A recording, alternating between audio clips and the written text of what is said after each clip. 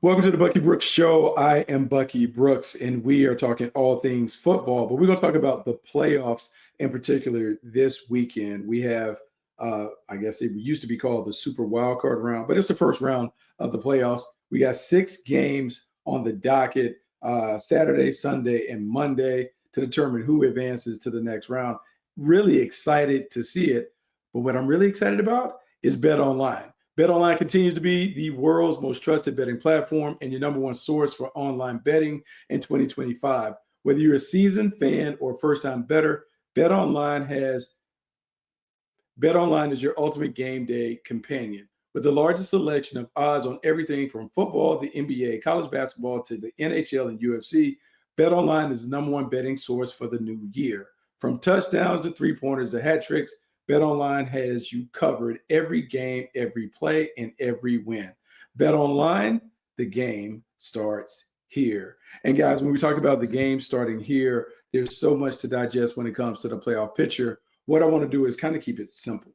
I want to make it AFC, then we go to the NFC because it's just better that way. So rather than going Saturday, Sunday, Monday, let's just break it down as the conferences kind of play themselves out. And the first game that we're going to talk about is probably the biggest game of the weekend, and that is going to be the Pittsburgh Steelers taking on the Baltimore Ravens. And the Pittsburgh Steelers come into the game limping, 4 straight losses. People are really on the legacies of Russel Wilson and Mike Tomlin. How are these games going to impact that? But the guy who has his legacy on the line is really Lamar Jackson. And the number one question that we will have going into this game, can Lamar Jackson shake off the playoff monkey? Lamar Jackson is a 2-time MVP, maybe a 3-time MVP by the time they hand out the awards, but he has been a different player in the postseason. When you look at the Baltimore Ravens record in the postseason with Lamar Jackson as the starter, they're 2-6. He has 3 interceptions and 3 fumbles. He has not played at an MVP level in the postseason. I find it interesting that Lamar Jackson talked about that and just talked about being too antsy in those playoff games. And he talked about last year in the AFC Championship game against the Kansas City Chiefs, kind of trying to do too much, the emotions overwhelming him and not playing his game. So to me, it's really Lamar versus Lamar. Even though the Pittsburgh Steelers have a history of really playing well against Lamar Jackson, we've seen when they knocked him off later in the year, Lamar Jackson can dominate them like he can dominate any other team. But it really comes down to Lamar Jackson letting the game come to him. And it's one of those things that's easier said than done. But if Lamar Jackson just does the routine things routinely, look, man, his team around him is good enough to get it done in that regard.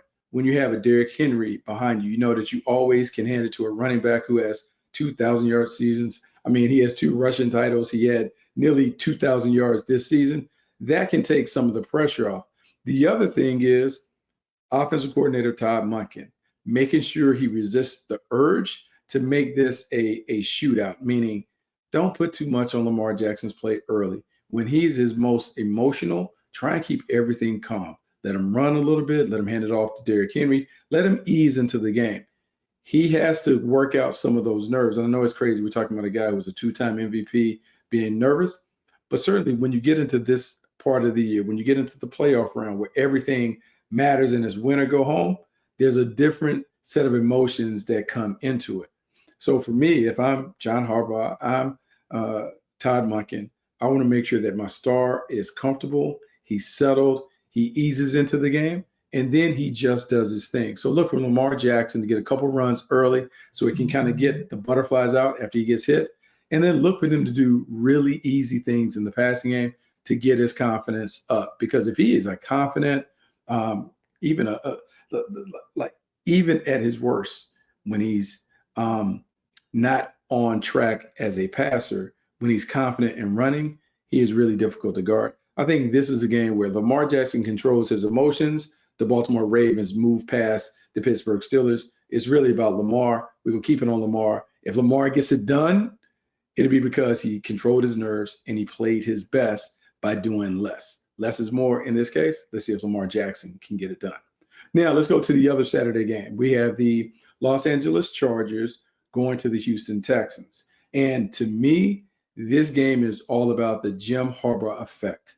Can Jim Harbaugh get the LA Chargers to win a postseason game, to get to the next round by really relying on what he typically does? Will the Chargers play bully ball against the Houston Texans? When we think about Jim Harbaugh and we think about the way this team has been constructed and the way that they won games, it's been a combination of stingy defense, run game, and magical quarterback play from Justin Herbert when they need it. We think about this defense, comes in, number one scoring defense in football, only giving up 17.7 points per game. You feel confident that they can keep the score down. When you think about the running game and the persistence that they're going to show with Greg Roman and Jim Harbaugh, making sure that they stick to the script, they're going to run the football. But it ultimately comes down to what will Justin Herbert do in these critical moments. I've said it, Justin Herbert to me is an elite quarterback. Justin Herbert has played well down the stretch. You think about the last 8 games that he's played on the road. Look, this is crazy. 10 touchdowns, no interceptions, 106.8 passer rating. Last 2 times he has faced the Houston Texans, he's thrown for over 335 yards. So Justin Herbert shows up when you give him the ball and you ask him to be magical. The thing that the Chargers want to do is they want him to be magical within the confines of the offense, meaning they want to run the football to control it. They want to lean on the defense to keep the score down. And then they just need Justin Herbert to make 3 to 5 plays that kind of tip the scales in the Chargers' direction. Well, obviously, based on how he's played down the stretch, he's been phenomenal. Based on how he's played against the Houston Texans, he's been, incredible. I would expect him to continue to add some accolades to his name. This is a guy who's an elite quarterback. He just doesn't have the team success to validate it. I think we begin to see some of this team success happen for him in this round. Look for the Chargers to move past the Houston Texans because Justin Herbert plays a ridiculous game on the road. Now let's go to the final AFC game of the weekend, and that is the Denver Broncos going to the Buffalo Bills. The Buffalo Bills are hot. Some would say that the Buffalo Bills are the best team in football. And look, I think you can make that agreement. Josh Allen is playing at an MVP level. As he goes, this team goes. Here's the challenge. The Orange Crush is coming to town, meaning the Denver Broncos are coming to town and they're bringing a lights-out defense. They're bringing a defense that was number 1 in sack production. 63 sacks from Vance Joseph guys. They come after you. They do a great job of dialing up the pressures. They'll mix in some overload pressures with some simulated pressures where it looks like they're bringing more people than 5, but they're only bringing 4. They are going to really try and heat up the quarterback to make Josh Allen uncomfortable. The problem is when you're dealing with Josh Allen, whether you blitz him or playing coverage, he is so good as a runner and thrower that he can cut you up in a variety of ways. The one thing that I am concerned about when you look at the Buffalo Bills, do they have enough firepower on the perimeter? It was great going through the regular season without Stephon Diggs, without a notable big-time receiver. Well, now it comes down to star time and which of the guys that they have is going to play like a star on the perimeter. We can talk about James Cook in the backfield and what they can do from a balance standpoint in terms of running the football to take some of the pressure off Josh Allen. But at the end of the day, you have to be able to get open on the perimeter. And so is that Kenyon Coleman? Is that Amari Cooper? Who is the player that's really going to emerge as the big-time player? Is that Dawson Knox, Dalton Kincaid, whoever it is? Because they've done it by committee. The thing is, the Denver Broncos are so good. They can lock you up, play man-to-man. So you think about playing man-to-man, and if they don't have a superior talent on the perimeter, how are the Buffalo Bills going to win? Then it comes down to Josh Allen being Superman. Does he put his cape on, and do the Denver Broncos have the kryptonite to deal with it? One of the challenges that you have in Josh Allen, when you have an athletic player who really can get it done inside and outside the pocket, you have to make a decision. Is this going to be a blitz game or a coverage game? Are we going to come after him and dictate the terms to him, or are we going to sit back and wait and let him dictate the terms to us? To me, Vance Joseph goes after Josh Allen, sees if he can try and create a turnover, see if they can put the Buffalo Bills behind the chains. And as they stay in this game, the longer it goes, the more the pressure shifts from the Broncos to the Bills. Regardless of that, sometimes you have to talk about the best player in the stadium on that day, on Sunday. it's going to be Josh Allen.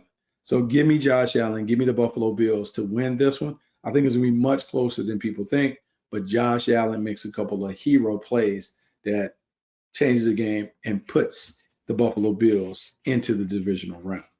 Now let's talk about the NFC. And the NFC is so different because when we talk about the AFC, we always typically talk about quarterback play, and the best quarterbacks or the most impressive quarterbacks this year have typically been in the AFC. But in the NFC, you have some compelling matchups with some young and dynamic, intriguing quarterbacks. We're going to talk about the Philadelphia Eagles and the Green Bay Packers. And to me, this matchup is really, who do you trust more between Jalen Hurts and Jordan Love? And I never thought that it would be a conversation between the two quarterbacks. But really, when you look at the game and break it down, it does become about the quarterbacks. And Jalen Hurts, you have a guy who a couple years ago played at like an MVP level. We saw him dominate in a Super Bowl. So we've seen him have success in the postseason. Last year wasn't his best season, but he's really bounced back under Kellen Moore. And when you look at the final numbers, 2,900 yards, 18 passing touchdowns, 5 interceptions, 14 additional touchdowns on the ground. Man, he's a dual threat playmaker. When they add the design quarterback run game to their offense, it creates problems for the defense, not only because he's a terrific runner. He has Saquon Barkley behind him. He also has two weapons in A.J. Brown and Devontae Smith that can win against one-on-one coverage. The Philadelphia Eagles, force you to pick your poison when defending them. Because of that, man, Jalen Hurts has so much confidence going into the game, knowing if he just plays his role as a distributor, the Eagles are talented enough to win. The same can't be said for Jordan Love, because as much as we love the young, intriguing wide receiver core that they've assembled, got a lot of newbies and heralded playmakers, Jordan Love is the straw that stirs the drink when it comes to this passing offense. And as he goes, so go the Green Bay Packers. When you really study this team and study him, you look up 3,300 passing yards, 25 touchdowns, 11 interceptions, but he's a high-risk, high-reward player at times. If he can curb that, keep them in line, push the envelope without going beyond the line, the Green Bay Packers certainly have enough talent to win this game. To me, it really comes down to which supporting cast is better around the quarterback. Because if the game is going to be decided by the play of the quarterback, I'm going to take the guy with more weapons. And this is an easy one for me. The Philadelphia Eagles have A-plus weapons all on the perimeter. Barkley, Smith, Brown, that is more than enough for them to get after it. Then when you factor in the offensive line and how they're able to dominate at the point of attack, when they're handing the ball off to Saquon Barkley, or if Jalen Hurts is executing some design quarterback runs, to me, it's too much. It's too much to deal with. I am going to take the Philadelphia Eagles over the Green Bay Packers just because the weaponry and firepower just gives them a huge advantage in a one-and-done situation. Now let's go to the nation's capital, the Tampa Bay Buccaneers. No, not the nation's capital. We're talking about going to Tampa because the game will be in Tampa as the division champ. The Washington Commanders will travel down to Tampa to take them on. The Tampa Bay Buccaneers are hot. In their last 7 games, they are 6-1. They're averaging about 32 points per game, and Baker Mayfield is playing like an absolute stud. The question in this game comes down to Jaden Daniels. What did he learn from the first matchup? When you look at the regular season schedule, they squared off in week 1. They lost. The Washington Commanders lost 37-20 to the Tampa Bay Buccaneers. But there were lessons that were learned out of that should help Jaden Daniels in this matchup. In that first matchup, he had a couple touchdowns on the ground. But you got to think, first NFL game, struggling to transition to the league, trying to figure it all out.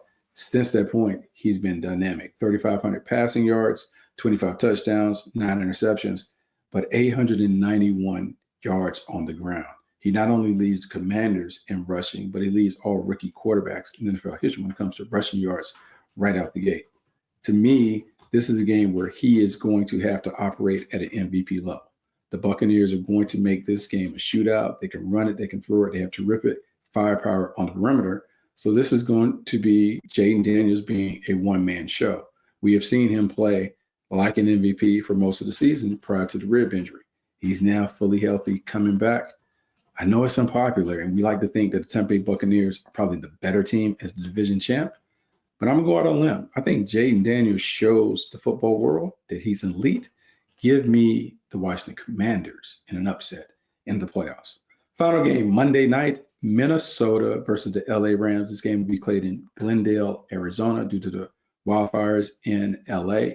And this is a really compelling matchup because there's so many connections between the two franchises. Kevin O'Connell, Wes Phillips both work for the Rams. They know Sean McVay really closely. Sean McVay, one of the best coaches in the league. They all are operating with the same program. They go about their business the same way. And so this will be one where execution is ultimately going to decide it.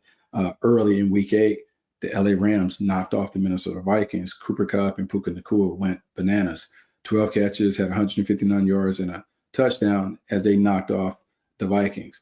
In this one, it really comes down to Sam Darnold and which Sam Darnold shows up. All year, we've been celebrating Sam Darnold. He's had a terrific year. He had 4,300 passing yards, 35 touchdowns, 12 interceptions, passer rating 102. In fact, he had 13 games with a passer rating over 100. The problem is in the season finale against the Detroit Lions, he didn't play great. He struggled. He only completed 43% of his passes.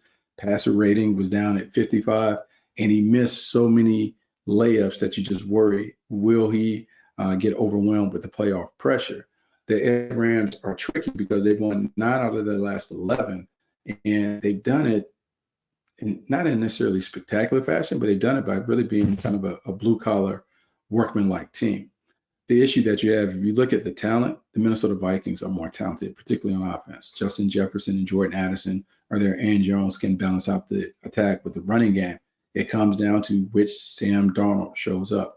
Given the situation and the pride that Sam is going to have, he's going to be much better than the version that we saw on Sunday night against the Detroit Lions. It really will be up to Kevin O'Connell to find a way to attack Chris Shula's defense. Kevin O'Connell is one of the best play callers that we've seen. And so I expect Sam Darnold to play much better. I look for this Minnesota Vikings team to score points. And with Brian Flores on defense, they're going to make it hard for Matthew Stafford. Even though the Rams won the regular season game, give me the Vikings in the postseason. There's something about what Minnesota has that leads me to believe that we're going to see a rematch between them and Detroit next week, but they have to take care of business against the Rams. And so there you have it. So if I'm going to call my winners for the weekend, I'm going to have the Baltimore Ravens. I got the LA Chargers, the Buffalo Bills. I got the Eagles, the Commanders, and then I have the Minnesota Vikings. So I'm kind of going with the favorites for most of the weekend. Normally doesn't always play out like that, but I think in this postseason, the better seeds, the higher seeds are going to advance to the next round. So make sure you come back on Monday. We'll have another Bucky Brooks show for you. We'll talk about all the things that happened over the course of the weekend. We'll begin to talk a little bit about what happened in college football, which 2 teams are going to be in the Natty, and then we'll just recap some of the comings and goings that are in the league. Until next time, I'm Bucky Brooks. This is the Bucky Brooks Show. I'll talk to you soon.